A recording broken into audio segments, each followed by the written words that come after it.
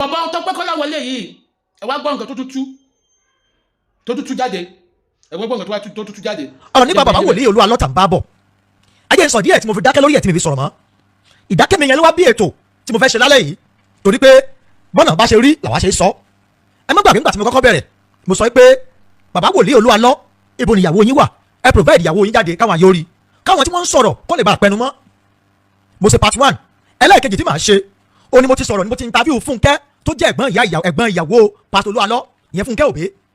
ẹlẹ́ẹ̀kẹta tí màá ṣe mo interview ìyàbọ̀ gangan ìyẹn grandma ìyá at 80+ mo interview àwọn náà gbogbo àwọn sórí ètò yìí ṣùgbọ́n gbà tí interview yẹn jáde tó go viral inú mi dùn àwọn èèyàn post ẹ̀ oríṣiríṣi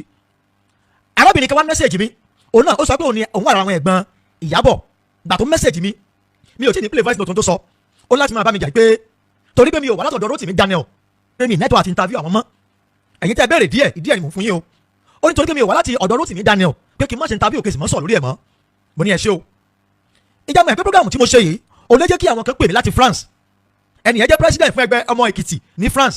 àtọ́ pè mí wọ́n ní kí n bá wọn ṣe àwọn ìwádìí kọ̀ọ̀kan lórí Ìyábọ̀ yẹn gbàdá sọ pé France ló wà ìgbà tí mo dẹ̀ ṣèwádìí mo wá pé Fúnkẹ́ àkọ́kọ́ tí mo pè tó jẹ́ ẹ̀gbọ́n Ìyábọ̀ ìyẹn ìyàwó Olúalọ́ ó ní kí n jọ kí n mọ̀ pé nọ́mbà wọn mọ́ o torí pé kì í ṣe ọ̀dọ̀ Rótìmí Daniel mo ti wá ó wá jọ yé mi pé ohun tí Rótìmí Daniel nìkan bá ti bá wọn sọ onìkan ni wọ́n fi fáfẹ́fẹ́ olófà fáyìn tẹ̀ ń béèrè pé kí ni díẹ̀ tẹ̀ ṣe gbọ́ kankan pa ẹ̀mọ́ láti orí ètò yìí mo wá bẹ̀rẹ̀ sí ń ṣèwádìí ibẹ̀ mo ti wá pàdé arákùnrin kan tó ń jẹ́ Kọ́láwọlé Tèmítọ́pẹ́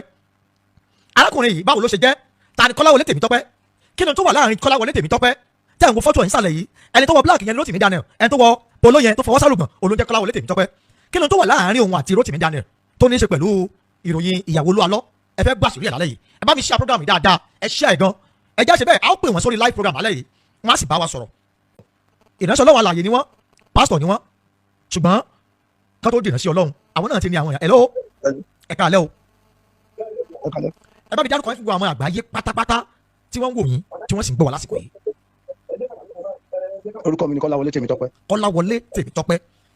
Mr. Kọ́láwọlé Tèmítọ́pẹ́ ẹ jẹ́ n sọ pé pásítọ̀ Kọ́láwọlé Tèmítọ́pẹ́ torí pé ẹ ti dènà sí Ọlọ́run bẹ́ẹ̀ bá sì jẹ́ pásítọ̀ èmi á máa bẹ̀rù irú ẹ̀dá bẹ́ẹ̀ torí pé kìrìsìtẹ́nì ni mí gbogbo tá a bá sọ lórí ètò alẹ́ yìí mo fọlọ́ ń bẹ̀ yín ẹ má sọ̀rọ̀ ìbínú sẹ́nikẹ́ni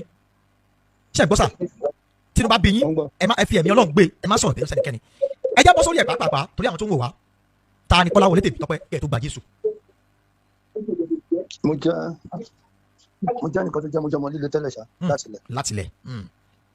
so mo gbogbo àwọn oríṣiríṣi ìlàkọjá tí mo là kọjá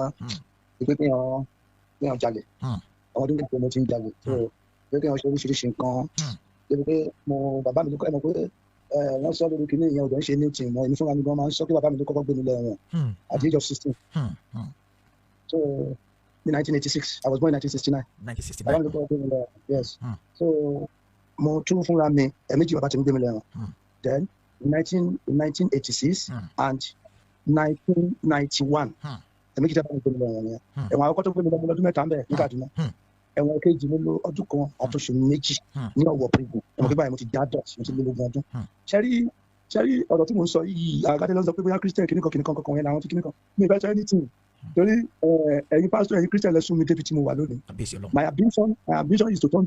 become a medical doctor because my father is a pharmacy he owns a chemist not a chemist in which I was close to school I'm a diary síbẹ̀ so I know much about medical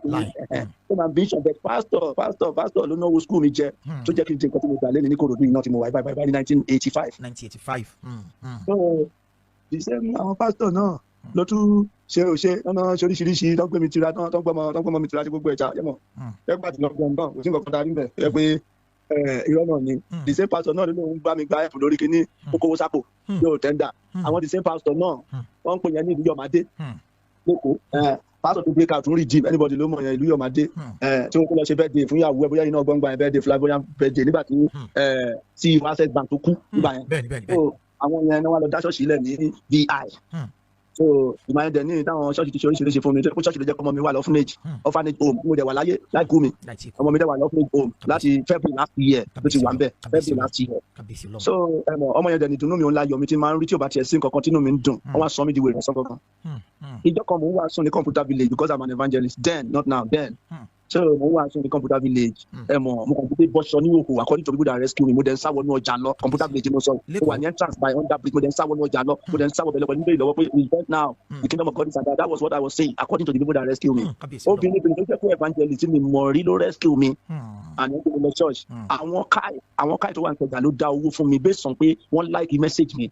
àtàwọn ìyálọ́jà tó wà ní Ìkẹjà ń dábì lẹ́gbẹ̀ẹ́ títí mẹ́rin dá fún mi pé táwọn tẹ́mi bá ti wá gbàdúrà fún wọn táwọn bá fún mi lówó mi kì í gbà torí ọ̀fẹ́ la fún wọn ọ̀fẹ́ náà ní káwa náà ká ṣe kíni so ṣé mo wá jẹ́ kí ni wá ṣe bákan sọ̀rọ̀ pé ẹni tí ebi gbà kan mo post yẹn náà èmi fúnra mi ọjọ́ kì í ṣe bí wèrè tó lọ Awíkókó ṣe ń sọ lèmi ṣe ń sọ bẹ̀tẹ̀ mi sọ ń gbà yẹn kí n tiẹ̀ tó mú Awíkókó mo post yẹ pé 95% of pastors in Nigeria and churches are scam. Are businessmen and women. Yes, 95%. And I never said there is no Jesus. There was no Jesus because I kept on preaching the gospel. Maru speaker mi sórí. Ma preach the Ikorodu roundabout Greek all them. Ma tún gbé lọ Ìkẹjà. Mo torí evangelism, mo torí kí n lè wú so mo lọ Sunday bridge Ìkẹjà fún jíjẹ ọ̀sẹ̀ kan. Wọ́n á lọ sí ṣọ́ọ̀ṣì tó yẹ pé bí pé mo bá wọn bẹ̀rẹ̀ torí ìjọ inauguration nìkan ni mi sí ṣọ́ọ̀ṣì Olúyọ̀mádé jẹ́ bí pé wọ́n rí past mi lórí social media tó ti interview mi wọ́n kẹ́ ọ̀bọ̀n ẹni lọ kí n dù.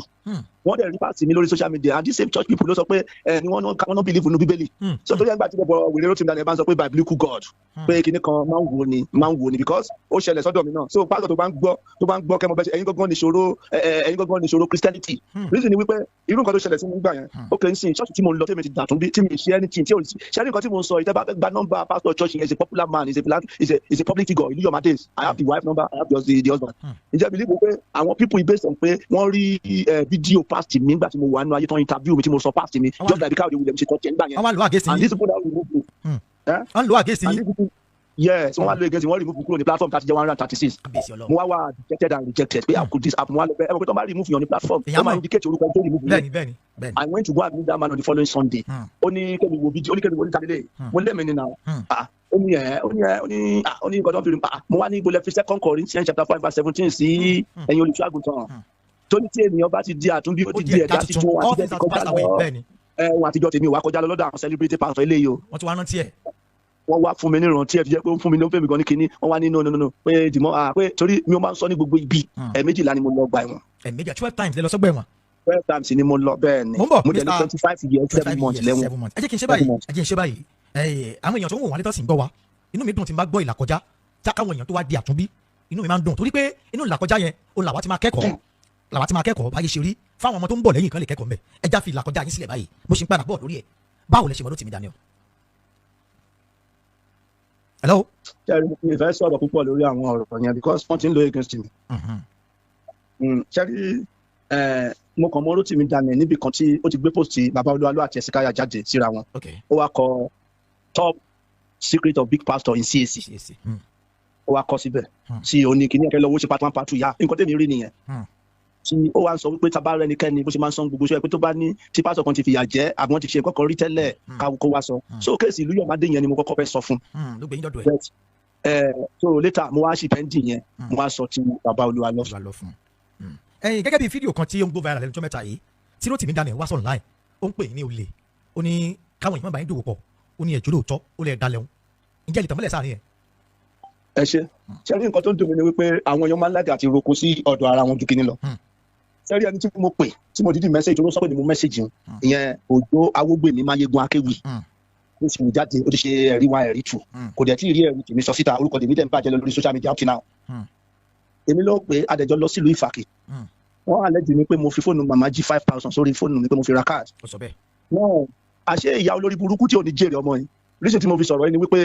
ṣẹ́rí ìyá yìí ò ní ṣòro àwọn ọmọ ẹ̀ ìyá olórí burúkú yìí àtòkù má mọ̀nà ọ̀run má lọ mo sọ fún mi ní ìyá mi ju ẹ lọ mo ní màá fọlọ́pàá mú ọ mo sọ fún bẹ́ẹ̀ kó tó lè tó ṣẹ́rí méjọ wọn pẹ́ nìkan ní méjọ nínú iṣu ìbéyẹ ti gbọ́rọ̀ méjọ jẹ́ ẹni tó kù fún bàbá fún Ìyábọ̀ tí ọjọ́ tí mo dé Èkìtì àwọn kọ̀ọ̀kan màmá àwa lẹ́yìn àbáyínbó lẹ́wọ̀ àwọn ló sọ̀rọ̀ mo describe báwa táwa jẹ ó ní àìwọ ó lè ìwọ ló fi kíní mi ló fi fóònù ra káàdì tó gbé lọ ó lè ìwọ ló jí 5,000 àṣé ìyá olórí burúkú mo fi sọ̀rọ̀ burúkú sí ìyá ẹ máa gbọ́ mi o àṣé ìyá olórí burúkú ti lọ sí MTN office before that time MTN ti clear ẹ wọ́n ti gbé jáde nínú kọ̀mpútà wọ́n ní màmá anybody ò jí owó yín orí fóònù yín lówó yín wà kó fi ra dátà ni. ìjà mi ló bóyá lórí burúkú yìí ó sì gbọ́ àìrè wá sọ fún obìnrin tí a jọ lọ ṣe interview fún wọn ìyẹn náà wá sọ fún Awíkókó lẹ́yìn òdì ó wá sọ fún lórí burúkú ẹ̀ tí ò ní jèrè tọmọtọmọ ó ń sọ pé mi ọlọ́mọ kan ọmọ mélòó ni ìyá òun bí ṣèbọ́ ọmọ kan lòun náà bí ṣèbọ́ òun níyàwó nílé so òun bẹ́ẹ̀ sọ tẹ́ nìkan náà sì irú yẹn sì ẹ̀yìn agbọ̀nkọ ọmọ kan ló bí òun náà ló níyàwó nílé who is fooling who náà sì èèyàn tó ń sọ pé òun máa ń wádìí nǹkan gbò tó dání lórí pílátífọ́ọ̀mù mo yin àwọn lórí burúkú amukun mẹ́kọ̀ọ́ tí wọ́n ń tẹ̀lé tọ́jọ́ máa ṣègbè dànù ó sọ pé òun gbòdòdó dání wọ́n dẹ̀ dédé sọ nǹkan bẹ́ẹ̀ yẹn fún ẹ tó mọ̀ pé it can lead to defamation of character. You just posting someone on your platform based on pé o láwọn follower you just defame character just like that you are saying it specifically that night pé ẹwẹ́ ni nǹkan báyìí ló lọ sí fóònù ìyá ìjàjẹ́ mọ̀ pé lórí burúkú ẹ̀ ó fóònù ìyá ìjàjẹ́ kiri sínú kiri ẹ̀ táwọn èèyàn bẹ̀rẹ̀ sí ní gbé yàrá yàrá mo wá sọ fún wọn mo ní àdàbí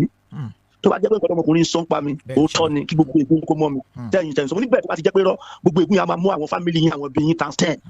reason ni wípé olódodo máa ń láyà bí kìnìún a clear conscience to no accusation secondly ó ní mo ta fídíò bóyá ẹgbọ́n yẹn náà ó ní mo ta fídíò ní 150 sẹ́rí olórí burúkú tí wọ́n torí ẹ̀ sọ̀rọ̀ sí mi ìfẹ́ porúkọ ẹ̀ nínú interview Máyégún bẹ́ẹ̀ olórí burúkú yẹn sì wọ́n bá mi sọ̀rọ̀ bí ni mo kọ́ tó àti Rótìmí Daniel ti pọ̀ ọmọ àlẹ́ ẹ̀ Ifátóyìn lórúkọ ẹ̀ olóńṣe ọmọ Odùduwà bóyá ẹ̀ mọ obìnrin báyìí ẹ̀ tó wà lọ́dọ̀ tó ń sọ ọmọ Odùduwà tata ọmọ Yorùbá tata something like that máa mo lè sẹ́ni kí n yẹn sí olóńṣe so ìyẹn sì òun ni mo sẹ́ni fídíò sí fídíò tí mo tẹ̀ sẹ́ndì sí kì í ṣe pé bóyá mo ta fún wọn pé ìgbà tó sẹ́ndì mo sẹ́ndì fídíò ẹ̀ wá ń tọ́ pé gbéye bá àbájọ negotiate tó bá ti jẹ́ bẹ́ẹ̀ ni tó bá jẹ́ nígbà tí mo sẹ́ndì fídíò ẹ̀ pé Tóyìn sọ pé kí n gba 10,000 ọgbà 5 naira ọkọ̀ ìdájọ́ bágẹ̀ ni o kí n ṣẹ̀sìn tọmọtọmọ kí n ṣẹ̀sìn awọ́rò kí n gbọ́rí burúkú láyé ṣùgbọ́n tí ò bá ti jẹ́ bẹ́ẹ̀ Rótìmí Daniel ẹ̀sìn ló máa bá pò lórí social media kò ní láyọ̀ kalẹ̀ tó bá ti jẹ́ pé lọ́lọ́pàá now ẹ jẹ́ ṣe pé àbúdébákẹ́ kí n kọ́ ti kọ́ yìí nìkan now mo sọ nǹkan tó ń dùn mí ẹni kí n má ṣe pé now ìlọ́nà bá tún tó pa mọ́ mi nìyẹn o tí ó ti mẹ́ so èmi àti ẹ̀ ń sìn nígbà tí mo ti mọ̀ ó wá promise mi ó lò máa help ọmọ mi ó interview mi ó ṣe mo sọ̀rọ̀ ọmọ mi ọlọ́mọ yẹn la máa kọ́kọ́ help kíní kan ó ní kí la fẹ́ ṣe ìyẹn Rótìmí Daniel ó ní kí la fẹ́ ṣe ó ní gbàṣẹgbà àwòṣàwò ó ṣàní kí n lọ sí school wọn á lọ school mẹ́ta mo ẹ ṣáà àwọn ìwé tó post náà tẹ́ bá wo kíní yẹn tó ní àwọn ìwé tó lọ wá ní school ọmọdé lóyún tó ló fẹ́ pọ̀ ọmọ mi mo wá fún láwọn kíní wọn tí ó mo máa ń láti wà transparent fún yàn ṣe àwọn alágbàtí mo ti gbà pé 2021 bẹ́ẹ̀ ni mo máa ń sọ anywhere tó bá ti ní tàbí social media mo máa ń sọ ìwọ tí aláya ìbá sọ pé láti 2021 September 6 pé bóyá mo wá jí nǹkan ẹ rí tàbí bóyá mo ti jà rí tàbí bóyá mo ti lu jìbìtì rí bó ti gba ọ̀rọ̀ mi àtàgbàlá Gabriel tó tún fi ń sọ̀rọ̀ mo bá yẹn ṣiṣẹ́ ní tí ó kẹ́yìn ẹ̀ wò sá báwo lẹ ṣe máa jìyà pẹ̀lú ọmọdé ẹ̀ sọ under brick ẹ̀ dẹ̀ máa lọ sí ṣọ́ọ̀ṣì ẹnìkan lọ wàásù ní Sunday ẹ̀ máa tún ṣe Sunday 2 ẹni ẹ̀dẹ̀ ń fáwọn èèyàn ní mílíọ̀nù lórí online ẹ̀ wá ní sọ̀rọ̀ ni. ìyẹn ni pé ẹ bá Àgbàlá Gabriel ṣiṣẹ́ rí kò fún yín lóhùn gbàtẹ́ máa ṣiṣẹ́. mo bá Àgbàlá Gabriel ṣiṣẹ́ pásítọ̀ ní ṣọ́ọ̀ṣì ẹni AP ní Kòròdú. ọdún mélòó. no oṣù mẹ́jọ close to 1 year. tí mo dẹ̀ ń sọ under bridge tí màá múra under bridge máa lọ ṣọ́ọ̀ṣì. ẹ dẹ̀ ń wàásù ṣọ́ọ̀ṣì. mo dẹ̀ ń wá fídíò gbogbo ẹ̀ wà lọ́wọ́ mi mo dẹ̀ ń wàásù ń bẹ̀ tó ti Àgbàlá Gabriel fún yín 1 naira.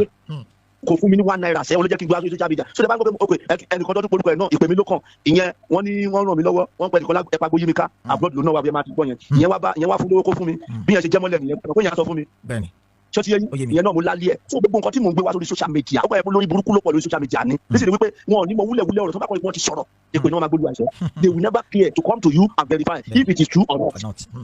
bẹ́ẹ̀ gbogbo àwọn tó ń ṣépè fún mi lórí ọ̀rọ̀ eléyìí báyìí tó ń ṣe pé ọ̀dàlẹ̀ ni ẹ kíní kan ikú àìtọ́jọ́ ikú ẹ̀sìn ni mo fi ń ṣàdúrà fún wọn náà padà because mi ò jẹ̀bi ẹni tó bá jẹ̀bi ló ń kú bì. agbọ́ kíní kan màá dẹ̀ fi kẹ́ clear wọ́n sọ pé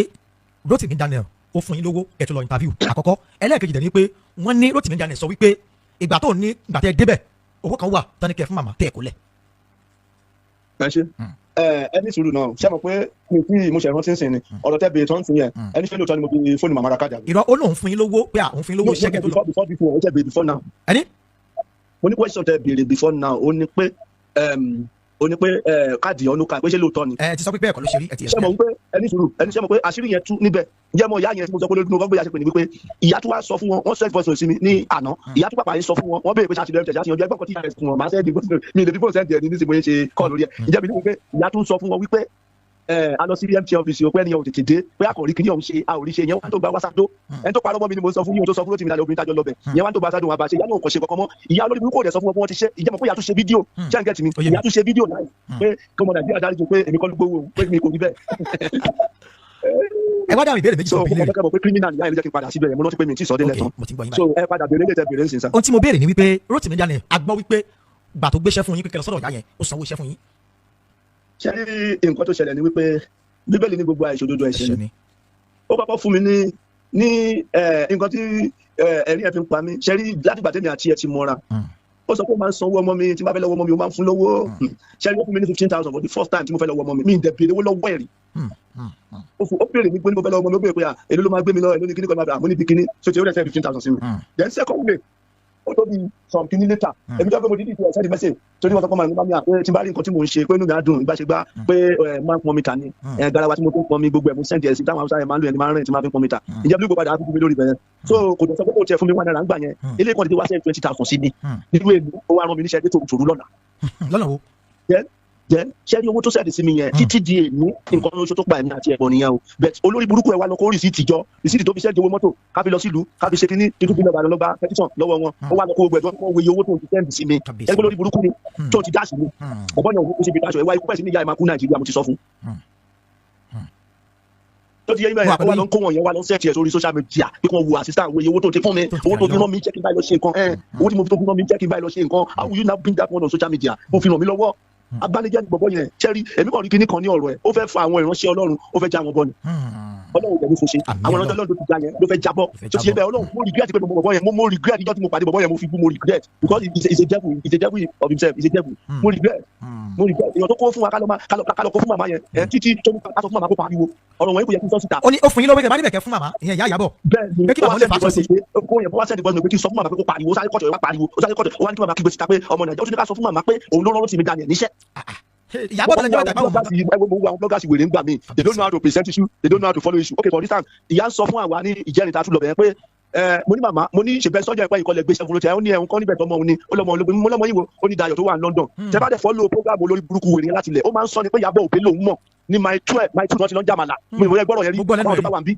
ẹ ṣe olóòtú mọ látàyà lálùmọ́lẹ̀ nígbà tó ń wá Nàìjíríà oníṣòwò ọ̀rẹ́ òní oníṣòwò ń dẹ̀lẹ̀ kèrè ọ̀rẹ́ òní ìyá olórí burúkú wa ń sọ wípé Dayọ̀ ló gbéṣẹ́ fún olóòrẹ́ Rótìmí Daniel nípọ́njọ́ mọ́ra nílùú òyìnbó ẹgbọ́n dìde ibo lárúkọ kó ti sọ́rí pé òun ọmọ màmá kọ̀ọ̀kan nílùú òyìnbó bó ló ti sọ́rí. kò mẹ́sẹ̀ rí o. nǹkan tí mo fi sọ̀rọ̀ àwọn blogger oníranù nìyẹn tó ọmọ bọ́ ṣe máa tákù iṣu rẹ owó kan náà nílé èmi sì mo rẹ́ẹ̀dì mo ti sọ mo sọ bẹ́ẹ̀ nìkan mo fẹ́ máa ṣe èmi kò fẹ́ máa ṣe program ṣẹ́ni bí arúgbó kó ṣe ń ṣe yẹn èmi kò fẹ́ máa ṣe kí máa bọ́ǹkẹ̀ kí máa ṣe kí náà kọ́ máa ju kọ́ máa ju ṣẹ́ mo ó rí pé kò sí Christian kankan tó ń rí àyè tó ń ráyè download dáadáa bẹ̀rẹ̀ mi kò fẹ́ máa fún bọ́ǹbà tó bọ́ǹbà torí mo ti rí wípé abanijẹ́ ni. ẹ jẹ́ kí n béèrè lọ́wọ́ yín. Fẹ́mi abanijẹ́ ni. ẹ jẹ́ kí n béèrè lọ́wọ́ yín. lẹ́nu gbà tí ẹ bá Rótìmí Daniel Àwíkòkò rìn pẹ̀lú ìgbésẹ̀ àti àwọn ìrìn àti ọ̀rọ̀ bàbá Olúalọ́ ẹ jẹ́ n béèrè báyìí nínú ọ̀rọ̀ ìyá ìyàwó Olúalọ́ ní ìyá Ìyábọ̀ ṣé lóòótọ́ ni wọ́n wọ́ ọmọ wọn. ṣẹ́rí bí tẹ́yàn sí. Ọlọ́run wà ń bẹ̀. Ọlọ́run wà ń bẹ̀ o. ṣẹ́rí gbà tí a lọ sọ́dọ̀ màmá for the first time àkọ́kọ́ màmá wa gbé wa lọ́dọ̀ Major ó ní òun ṣáàjì fóònù bí a wá ṣe ti Major tán useless woman tájọ lọ yẹn wá ní màmá ṣé kò sí fọ́tò wedding kankan lọ́wọ́ yín ni àbí Major ó bèèrè lọ Major ní kò sí lọ́wọ́ oníbẹ̀ ó máa ń rí lórí fóònù màmá yẹn ibi tí wọ́n ti jọ ya fọ́tò pẹ̀lú Olúalọ́ àtòun àti ìyàwó àti màmá àwa ni òkè màmá fóònù nǹkan ó ní òun ṣáàjì olúwa lọ́dọ̀ òun kìtà bá débi àmà àwọ̀ máa ṣe tábìlì tì so ìgbàdá wá jáde ní géètì mi ọdún wọn di mákẹ́tì lé yẹn ni wọn kọ papọ̀ ní ọwọ́ di mákẹ́tì so ẹ mọ̀ kọ́ tí ìyá ìsọ̀nba ti mo bèèrè lọ́wọ́ ẹ̀ ni tí n bá parọ́ mọ́ ìyá yẹn ṣẹ́rí èmi ẹ̀ mo believe lórí kíní kan sa wọ́n ní tí ògùn yẹn bá dáyàn lójú ó máa fi ń gbádùn yes mo lè fún nọ́mbà ìyàwó mi láti kọ́ láti bí 7 years báyìí ó ti lé 7 years báyìí kó mọ̀ a máa sọ fún yín pé tí dáàdi Daniel bá ti ń pe tó bá ti ń fi bẹ́ẹ̀lì búra tó bá ti ń pe tó ti ń búra pé òótọ́ ló ń sọ yes ní búra sàn torí mo mọ̀ pé tó bá lọ lógun ọṣọ tí ń bẹ̀ ní búra sàn ní bu now bá ṣe ń jáde lẹ́nu kí mo wá béèrè lọ́wọ́ ìyá yẹn mo ní màmá mo ní ṣe lóòótọ́ ní ti ẹ̀rọ ọmọ ìbá sọ̀rọ̀ náà náà ó ní lẹ́nu ọjọ́ mẹ́ta ẹ̀ mo nígbà ọjọ́ mẹ́ta ó ní ìgbà tọ́rọ̀ yìí náà ṣẹlẹ̀ ní tó ń sọ̀rọ̀ ó sọnù kò sọnù yìí ó láwọn ẹ̀gbọ́n rẹ̀ sọ pé wọ́n rí bá sọ̀rọ̀. ṣẹ́rí èmi nǹkan tí mo rí lọ́rọ̀ yẹn with alpha tí mo ti báyà yẹn sọ̀rọ̀ tí mo ti bá ẹ̀gbọ́n sọ̀rọ̀ ẹ̀ ó tún láwọn ọ̀dà sísá wọn kan tí mo bá sọ̀rọ̀ ẹ̀ dẹ̀ mọ̀ pé wọ́n ní ìyá yẹn bí ọmọ mẹ́jọ sá. mẹ́jọ ló bí Ìyábọ̀ ní àbíkẹ́. then at least ó dàbí pé mẹ́ta wà lábúrọ̀d ǹjẹ́ mọ̀ pé ó ní kọ́ńtà ń bá sọ̀rọ̀ ọjọ́ kan gbàtà lọ sí FMC ǹjẹ́ mọ̀ pé yẹn ní kọ́ máa pè wọ́n sí kọ́ máa pè jáde pé ẹ̀gbọ́n wọn pé àwọn ọmọ kò wà pé bẹ́ẹ̀ àwọn tún màmá ló ti sọ pé wọ́n wà ìyẹn obìnrin kan ni mo wá ní sẹ́yìn pé mo lè wá interview ẹ̀ lẹ́kọ̀ọ́ onírọ̀ àyọ̀ dẹ̀ mo fẹ́ kẹ́ wá wo àwọn tó wà lábúrò yẹn tó ń jọkùnrin tó ń jẹkùn fún ṣé mọ̀ pé ọ̀rọ̀ yìí ṣe báyìí mo fẹ́ sọ pé kò sí country tí wọ́n ti gbọ́rọ̀ yìí tí wọ́n ti gbọ́rọ̀ báyìí now ọjà ṣe báyìí then àwọn ẹ̀gbọ́n yẹn á dẹ̀ wá keep mood wọ́n wá keep silent torí pé wọ́n jẹ́ fún tí wọ́n gbúrú ẹ̀ rárá when they come out àbí wọ́n sọ̀rọ̀ náà they will cry out they will talk to the bloggers over there in abroad to help them out that they really want to see mo fẹ́ káwọn yẹn kọ́kọ́ lọ ṣe kọ́ máa lo sentiment kọ́ máa lo orí burúkú tí wọ́n èrò ti dànù ẹ̀ lò who does that ṣé wọn ò ní rí àbúrò wọn so those siblings are talking to that lady but èmi believe pé nǹkan tí wọ́n ṣe fi gbé pamọ́ fún ìyá ni wípé they believe that mama ti jẹ̀fọ́ in which I believe pé mama máa ṣe kí ni ó máa tún fẹ́ kí ẹ mọ̀ kí mama bẹ̀rẹ̀ ń bí kan pé kí bàbá Olúalọ́ jẹ́ kí ìjà parí ẹ bá gbọ́ kiri ẹ̀ náà pé kó jọ so níṣẹ́ báyìí ó dàbẹ̀ ni pé lóòótọ́ àwọn kí lórúkọ àwọn àbúrò tó àwọn ẹ̀gbọ́n tó kù tó ti ṣe bẹ́ẹ̀ yẹn wọn ò fẹ́ kó fẹ́ra mọ́ torí ẹ̀ ti mọ̀ pé lóòótọ́ issue wà ní marriage yẹn ṣẹ́kẹ́sì ẹ̀ bẹ́ẹ̀ kò dẹ́ ṣe tuntun so sí àwọn yẹn sì báyìí wọn wà fẹ́ kí màmá ní access sí lọ́wọ́n pé màmá ní access sí ó máa ń dandan kó padà sọ́dọ̀ ọkọ ẹ̀ pé wọ́n jọ bẹ́ẹ̀ kò sí nǹkan tó ṣe Ìyábọ̀ yẹn mi sí òbí sà. gẹ́gẹ́ bí òye tẹ́ fi wò ó torí pé wà nù fíìmù yẹn.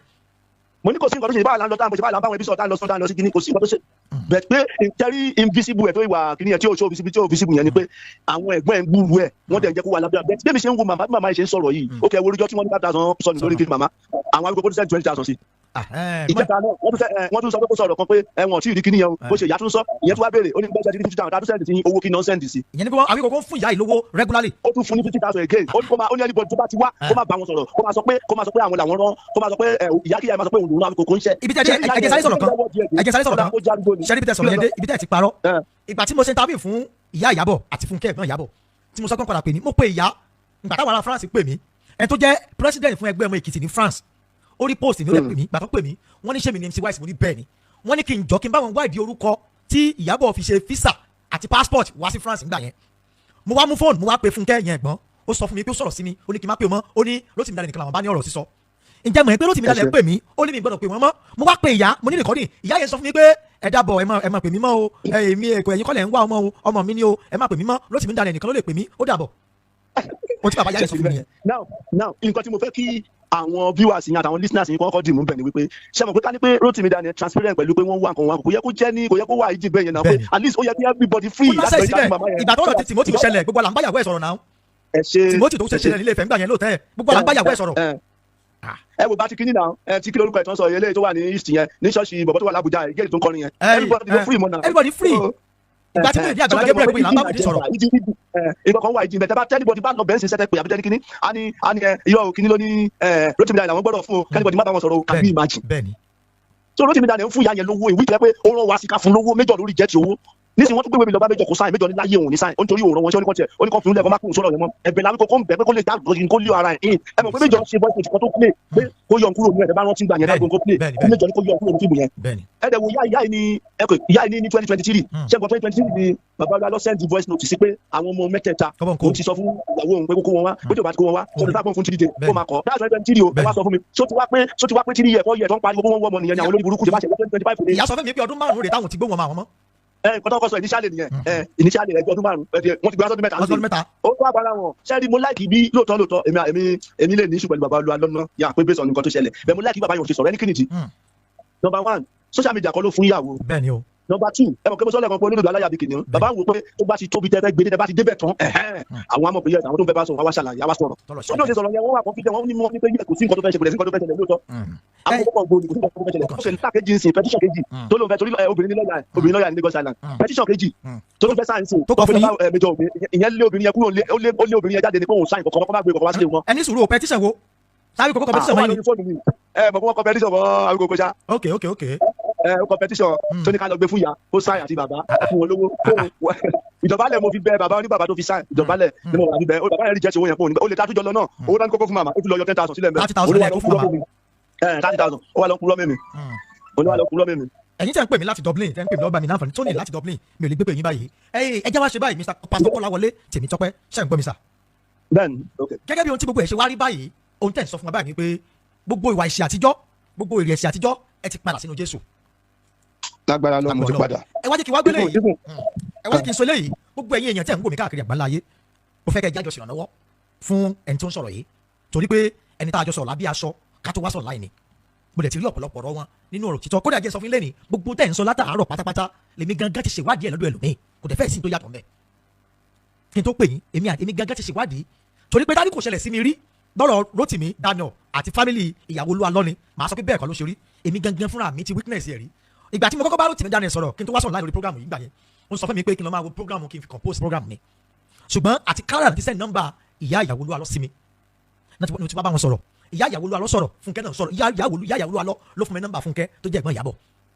so ọ̀rọ̀ yẹn ti lọ sí bó ṣe yẹ kó lọ ẹ wá já ṣe báyìí lọ́lọ́ báyìí. ẹ jọ sá ẹ jẹ́ kí n sọ̀rọ̀ yìí sá ẹ mọ̀ nǹkan tó ṣẹlẹ̀ ǹjẹ́ bìlífù pé ẹni tí mo porúkọ ẹlẹ́kan yẹn tí mo ní Tóyìn Ifátóyìn yẹn tó ń ṣe kí n lórí kí n wọ̀ ǹjẹ́ bìlífù pé láàárọ̀ bẹ̀rẹ̀ sí láṣì mo ní pé tí mo bá Rótìmí Daniel jà mo ní wáyé tí mo máa fo lè lọ mí nǹkan tí wọn ò lè gbà based on pé ẹni owó olé mi ti expire ní oṣù yìí báyìí ó lè máa bá mi sọ ó wá ní àwọn tó ń pè mí yẹn tí wọ́n gbé mi lọ tí mo lọ sọ fún pé mo ti di Jésù yẹn tẹ bá rí nǹkan tí máa ṣe nígbà tó interview mi ní Adó mo sọ fún ní kí ni mo fẹ́ ní ẹ̀sìn mo ní mo ti di Jésù padà ó wá bí yẹn nínú torí àwọn tó gbé mi lọ ṣe ìṣẹ̀ṣe níbàdàn tí wọ́n ní kí n lọ join ẹjọ́ ọdún tó ń tọ́jú èṣù níbàdàn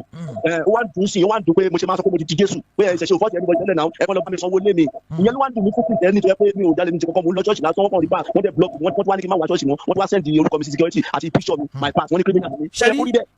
lẹ́yìn ilé ìta ń ṣe yìí mo fi Ọlọ́run tó ní ìbúra ní ọ̀la yìí lẹ́yìn ilé ìta ń ṣe lálẹ́ tó bá di ọ̀la a máa padà jáde wá fi ìrànlọ́wọ́ fún yín ṣé ẹ máa lè ṣe pẹ̀lú wa. kò sí problem sir. torí pé ẹ ti di àtúnbínú Jésù Kristi ẹni tó bá sì jẹ́ Kristi ẹ̀rí gbọ́dọ̀ náà ọmọlàkejì ẹ̀ lọ́wọ́ lágbára Ọlọ́run ikú ò ní pọmọ yín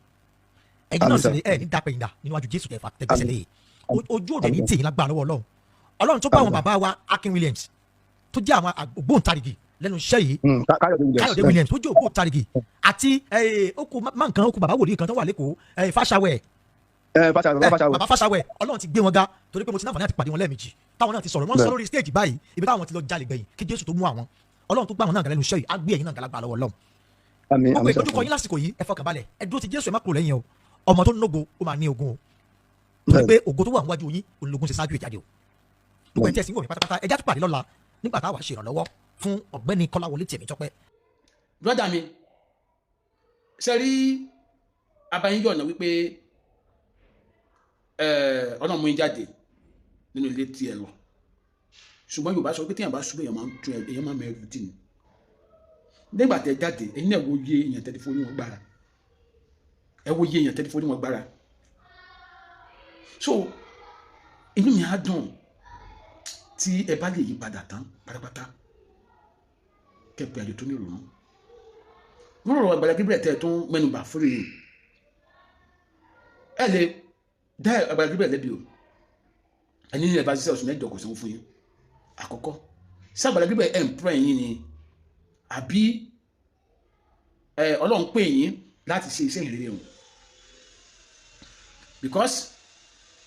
tí o bá ẹ̀ ń pẹ́ yín ẹ lè blame ẹ pé kò máa sanwó fún yín o.